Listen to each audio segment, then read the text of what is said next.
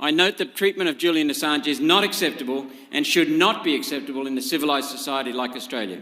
There are two issues: Australian citizenship and did he commit crimes? Julian is an Australian citizen. No matter what he may or may not have done, Julian has the same rights as any other Australian citizen. It's terrifying that the rule of law protecting Australians from capricious government action can be trashed in this manner. Julian has lost 13 years to confinement already, and is now the United States is threatening him with life in prison for telling the truth in exposing the murder of innocent civilians during Operation Enduring Freedom. Enduring Freedom, now that's ironic. Perhaps the United States needs a dictionary. Freedom means the right to free speech, especially for investigative journalists who investigated the US government's illegal actions. That's part of every journalist's duty, exposing illegal behaviour. The US Constitution guarantees freedom of speech. American governments have trashed their nation's constitution. While freedom of speech is not enshrined in our constitution, I'm advised it is enshrined in High Court rulings. Despite that, it means little, as many, including myself, discovered during COVID. Clearly, the US government is making an example of Julian Assange to dissuade other journalists from publishing the truth about other illegal US government activity.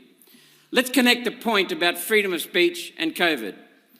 We're now seeing remarkable facts emerging about big pharma, big government, big tech.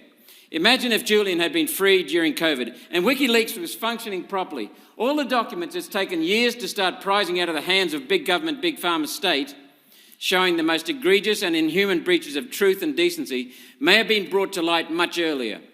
Instead, we had a compliant mouthpiece media that repeated the talking points of the pharmaceutical state. Government has three roles: protect life, protect property, protect freedom. Successive Australian and American governments are taking lives, killing people in unauthorised state-sanctioned killings, stealing property, transferring wealth from we the people to big pharma, removing freedom, imprisoning journalists and thereby destroying the nation's freedom and all people's and every person's freedom. Julian has suffered 13 years of deprivation of liberty for serving the country. Opponents say he jeopardised American soldiers and spies. Now, a court can decide that. Remember the weapons of mass destruction claims?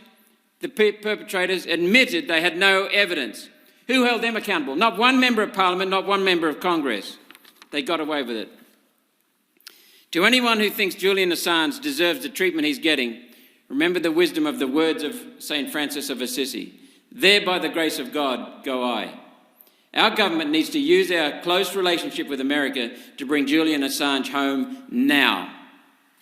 Thank you, Senator Roberts. Senator Whish-Wilson. The media have dubbed Julian Assange the most famous political prisoner in the world.